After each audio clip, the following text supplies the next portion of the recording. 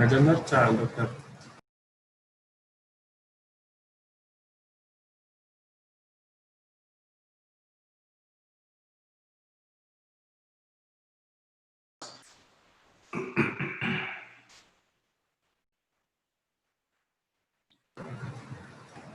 መጀመር ይቻላል። Okay.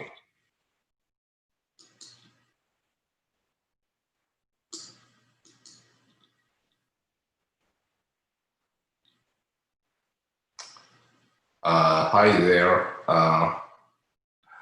My name is Salerko. I'm a nephrologist here in Austin, Texas. Dr. Salam and Dr. Yabez asked me to talk about acute kidney injury in COVID-19. So there are some emerging evidence about the pathophysiology. So we'll go through there. As we all know, coronavirus disease or COVID-19 it started in China, Wuhan, as a cluster of pneumonia cases. And in February 2020, WHO designated COVID-19 as a pandemic. And the other name, or the more kind of scientific name, is SARS coronavirus 2. There was like SARS coronavirus 1 in 2003, which caused severe acute respiratory syndrome in about 26 countries. And these two viruses are related. That's why this COVID-19 is also called like SARS coronavirus 2. And the spectrum of severity and case fatality rates. Good thing is almost 80% is mild, about 14% cause severe disease like dyspnea, hypoxia, or more than 50% of lung involvement, and almost 5% can go to critical level with respiratory failure, shock, and multi-organ dysfunction. Risk factors for severe illness are cardiovascular disease, as we know, diabetes, hypertension, chronic conditions like lung issues, kidney problem, cancers, obesity, and smoking, which are really common here in America.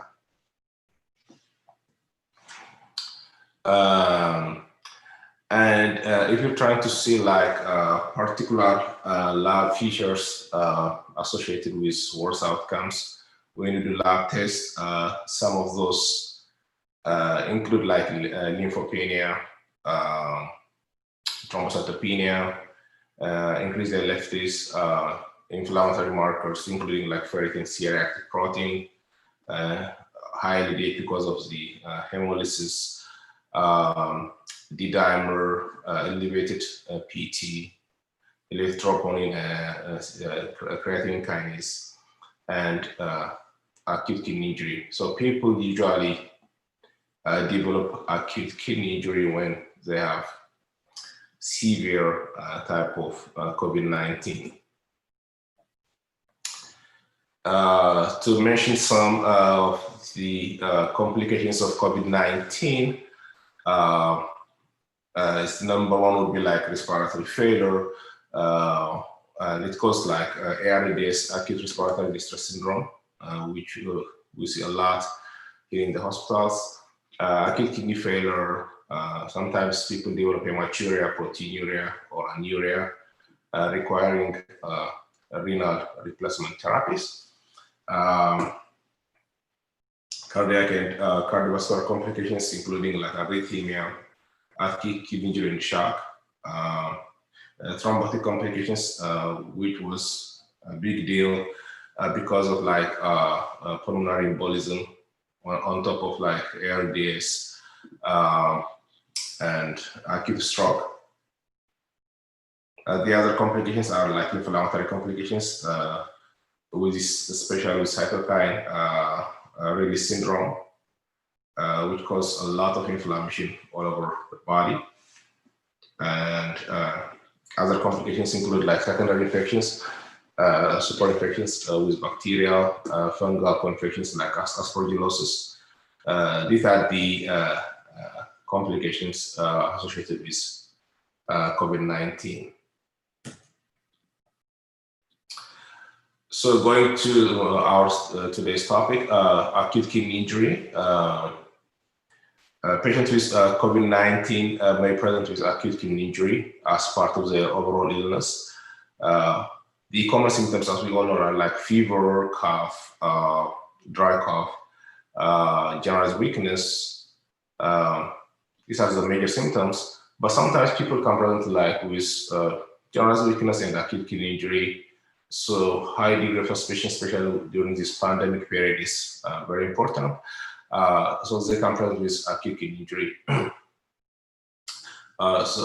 In New York, I think there was a big study, and of the all cases present to the hospitals, almost 37% had like acute kidney injury. This acute kidney injury can manifest as like increase in serum creatinine, decreased urine output, hematuria, or proteinuria.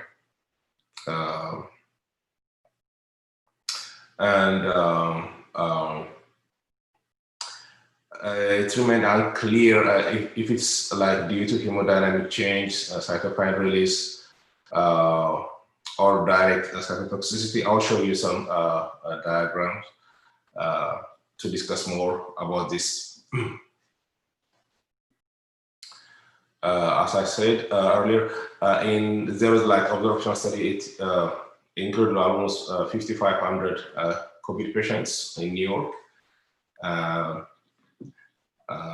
Acute kidney injury was diagnosed in 37 patients. Of these 37%, mild AKI was in 47. Almost half of them are mild. That means like 1.5 to 2-fold increase in serum creatinine from their baseline. Moderate was almost 22% and severe in 31%. That means like tripling in serum creatinine. And those people with severe AKI, they needed like renal replacement therapy. Hematuria and proteinuria are noted in like around 45% with AKI. As we said, like dialysis was required in the 15% of patients with AKI. And of these 15%, almost all are like medically ventilated. So patients requiring AKI, like dialysis, were almost ICU patients. Almost all are were in ICU. But I've seen some people even like on the floor who require dialysis. And AKI was noted like in 24 hours in 1/3 of the patients. As we mentioned earlier, AKI is correlated with severe illnesses, especially people in ICU. What are the predictors for AKI? So older age, blood race, diabetes, hypertension, cardiovascular problems, people on mechanical ventilation. That means because they got a lot of acute issues going on. Higher interleukin-6 level with cytokines and use of pressors. These are the independent risk factors which predict that if the patient develops AKI or not. So what are the histopathologic findings in AKI? It's a complex process. I'll come to the diagram. It could be like virus-mediated injury, just direct injury to the cells, or it could be from the cytokine storm, or it could be from angiotensin 2 pathway activation or dysregulation. Again, dysregulation of complements, hypercoagulation, and microangiopathy is also like a common risk factor for AKI.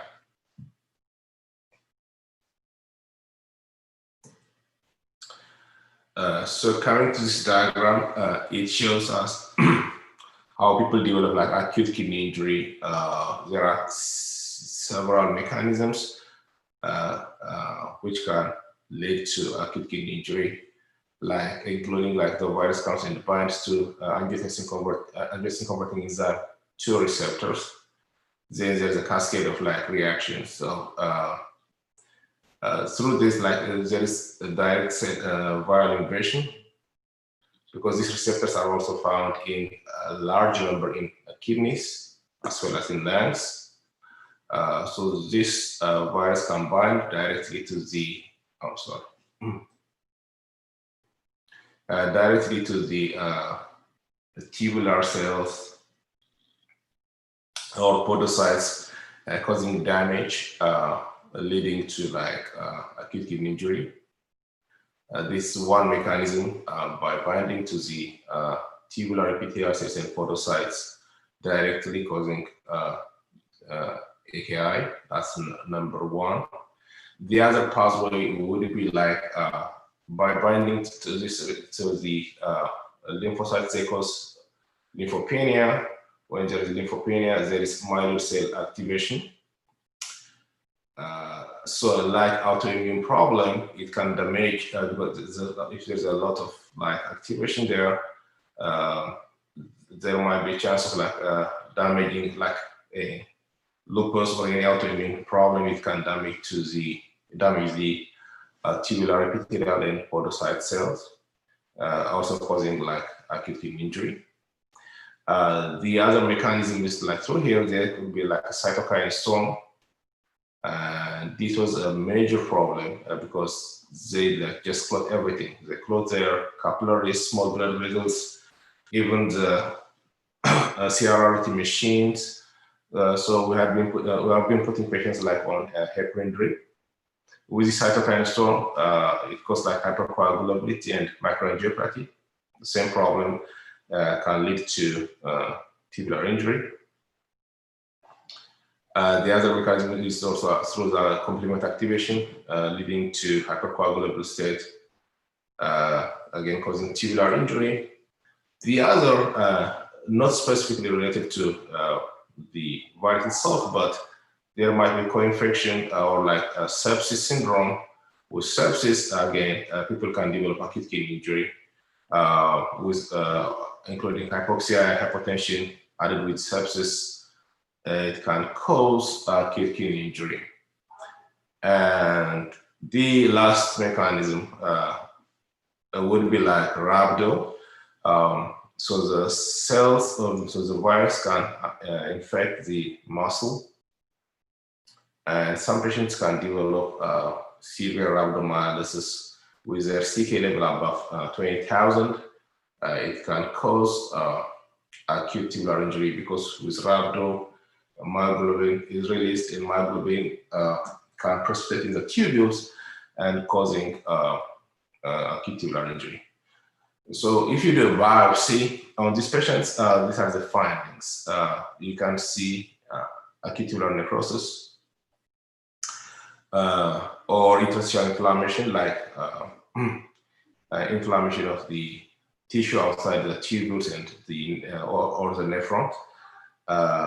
Podocytopathy, the podocytes, microangiopathy, and collapsing glomerulopathy. So this are the findings on the pathology, and also even like you can see with a hypercoagulable microangiopathy, you may be able to see like some clots in the tubules, in the capillaries. So to just summarize, there are like 5 or 6 different mechanisms to cause result in like acute kidney injury. Like number one would be like, if you start from there, like direct tubular injury. number one. Number two, like with myeloid cell activation, like autoimmune disease, number two.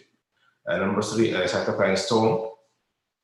Number four, hypercoagulable and microangiopathy state because of this complement activation. Number five, sepsis syndrome. Number six, as everybody else, with hypoxia and hypotension, this is pre-renal physiology. Number seven would be like rhabdomyolysis. All these different mechanisms can lead to acute kidney injury. So how do we evaluate people with acute kidney injury? An emphasis should be optimized, emphasis should be placed for to optimize volume status to roll out this pre-renal physiology. So we have to hydrate them, but the issue is we have to be really watchful not to worsen their respiratory status because they don't have any much reserve because of the COVID itself. So you may not be able to give them too much volume. Leading to respiratory compromise.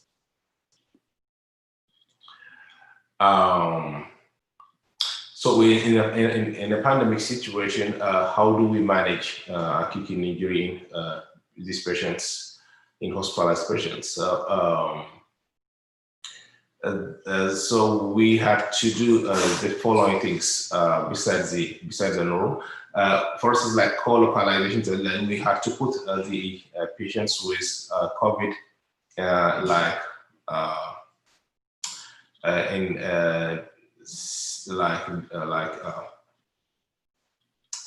rooms and next to each other. So we have to separate the ICU part so that we can avoid contamination or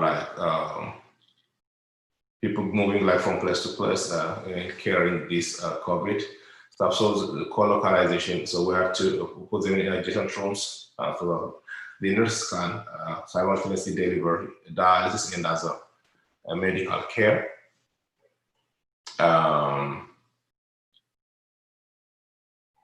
And for people with COVID-19, even not in ICU, if they have acute kidney injury requiring renal replacement therapy, they should be dialyzed in their isolation room. They shouldn't be transported to the dialysis unit just to avoid, again, possible contamination to the other patients. The other thing would be continuous renal replacement therapy. Because it's gentle, it's a preferred way of delivering dialysis to patients in ICU. And we have been using audio and video streams, streaming because we don't want to go inside to the room frequently. So we have been using audio and video streams to talk to the patients from outside to avoid unnecessary exposure.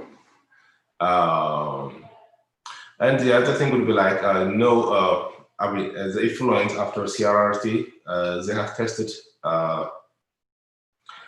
for COVID-19 in the effluent, and it was negative. So there is no special provision to dispose the effluent.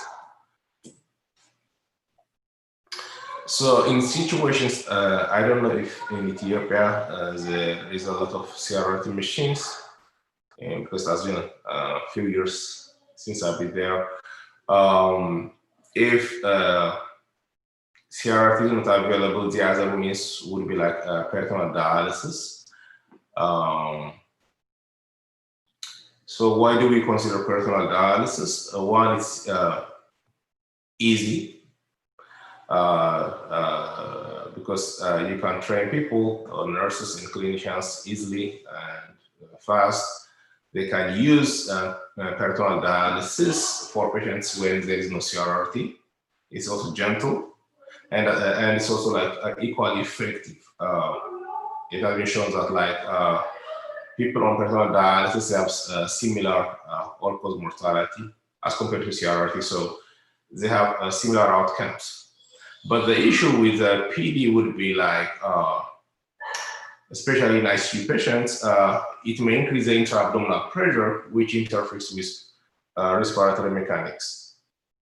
So you may not be able to do like large volume PDs, especially if they're obese and with other comorbidities. So this is a limitation, one of the limitations over here. And if you want to use a PD, there is a cycler. So you have to use a cycler because you don't want to go in and out for like the exchange. So so it's better to use it's called CCPD, a continuous cycler peritoneal dialysis. So if you have to use a PD, it's preferred to use a cycler. And again, I don't know if PD is available at this point in Ethiopia.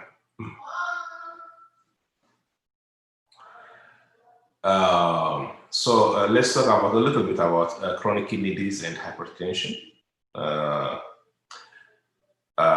As we mentioned earlier, chronic kidney disease and hypertension are one of the risk factors for severe disease. So patients with chronic kidney disease and patients with hypertension, they are at a very high risk by themselves to develop the severe form of the disease. So they're one of the unfortunate. The other consideration here in hypertension management, renin-angiotensin system inhibitors, as we all know, AC inhibitors and ARBs, or angiotensin receptor blockers. Like in March and April this year, I think there was a lot of talk because when you use AC inhibitors and ARBs, they increase the amount of like angiotensin converting enzyme receptors too. So they upregulate the receptors. So there is a theory that if there is a lot of receptors, then there will be a lot of infection by this virus. And during like March and April period, I think people were taking patients off of the AC inhibitors and ARBs. But through the last few months, it has been shown that there is no like increased risk for patients taking AC inhibitors and ARBs. So I think, yeah, if they're already on the AC inhibitors and the ARB, I think you have to continue. There is a like indication to discontinue as everybody else if there's any hyperkalemia and hypotension. Yeah, you have to hold those medications.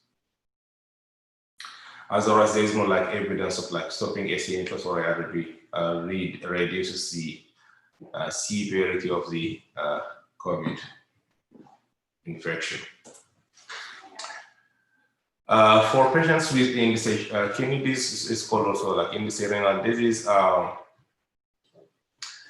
They're already like again vulnerable to severe COVID-19 because of their age, higher frequency of comorbidities, diabetes, hypertension, and all other broad autoimmune problems. They have diabetes, all those things. So they're already at a very high risk.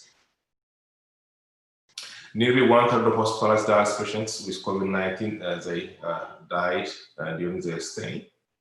So it's like high mortality, almost like 30%.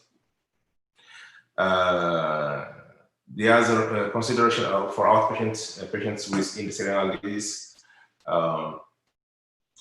would be like, especially in center hemodialysis. Home and peritoneal dialysis might not be a problem as much as in center hemodialysis. Patients receiving like in center hemodialysis, so we have to make some arrangements here, here in Austin, where I work.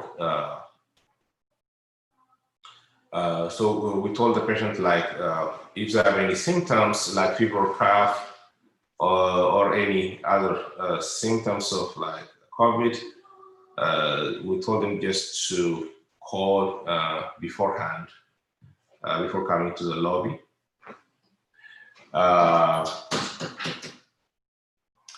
And if they have like fever or symptoms like more of COVID symptoms, so we were doing like sometimes the PCR to rule out the COVID status. If it's positive, we had two units, like one in South, one in North, here in Austin. So we directed them to other units so that they don't infect other people.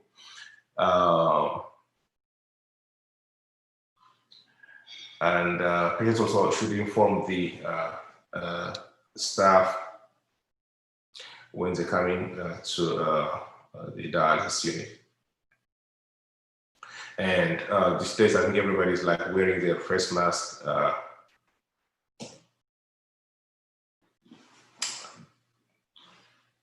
as part of the pandemic. And yeah, we put like signs posted at the clinic entrance, hygiene-related supplies were just next to the their dialysis chairs.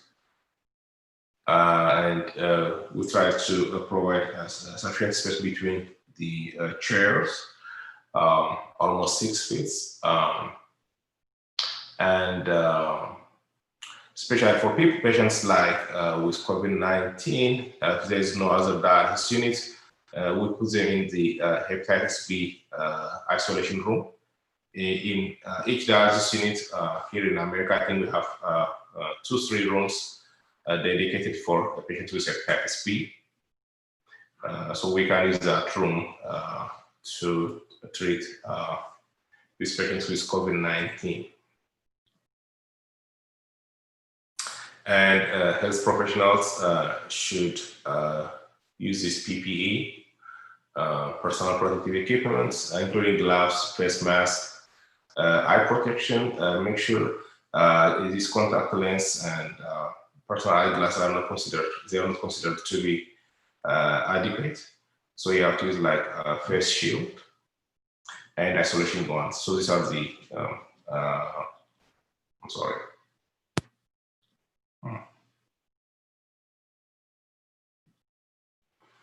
These are the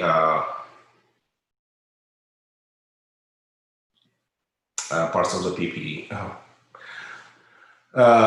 And finally, active COVID-19 in solid organ transplant patients, recipients.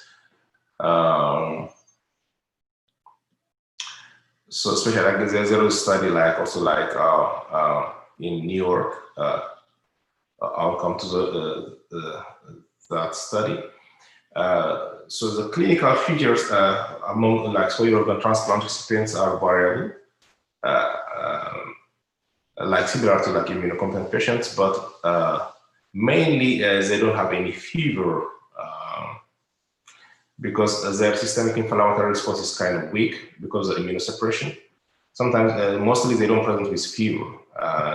They present with other symptoms, either like weakness, body ache, diarrhea, like poor appetite, all those things. So,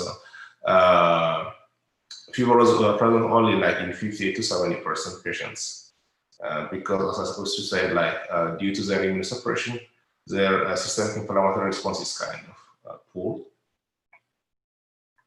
Lymphopenia is also like a common presentation for patients with transplant.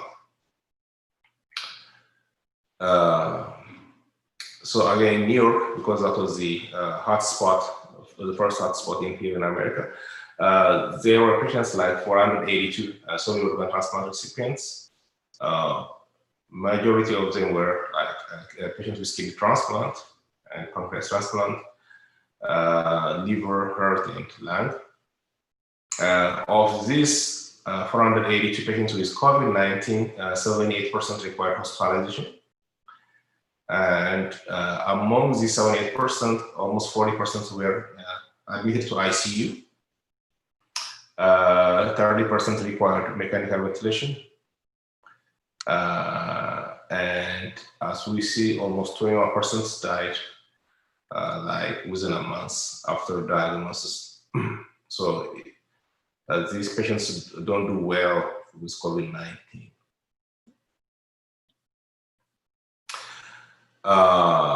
So what should we do for these patients? How do we adjust immunosuppression? You can't take them off of the immunosuppression because the patients may develop rejection.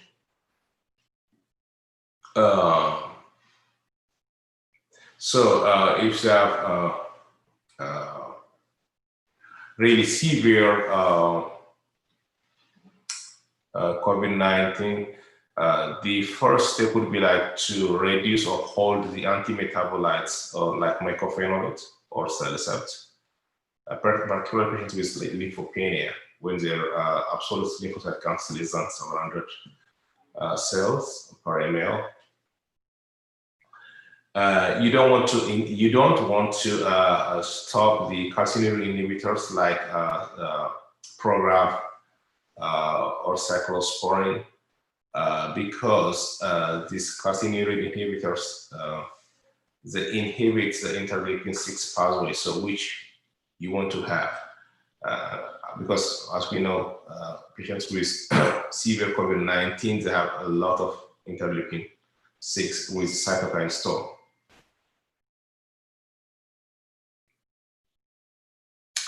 And the other one is like the need for glucocorticoids or the steroids. These days, I think we're using dexamethasone for severe COVID-19. It has been shown to be like effective, especially in ICU patients. But glucocorticoids has been shown to prolong this viral shedding and poor outcomes, like in other coronavirus infections. But I think these days, I think we're using the dexamethasone. So these are references. And finally, thank you for your attention. And if you have any question, I'll be happy to answer what I can. All right, thank you.